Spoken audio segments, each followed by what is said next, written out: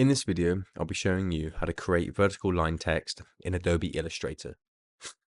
So the first thing you want to do is draw a line. After that, you want to hold down this icon here and then go type on a path tool and click the line that you have just drawn. Bear in mind that where you select it will be the starting point of that vertical text.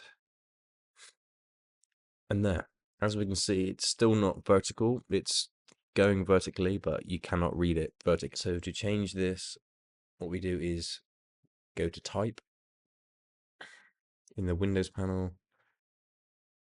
and then go type on a path, then press star step. And as you will be able to see, our writing, it will be all on that line that we just drawn. It's a little bit squished up because the text isn't very big.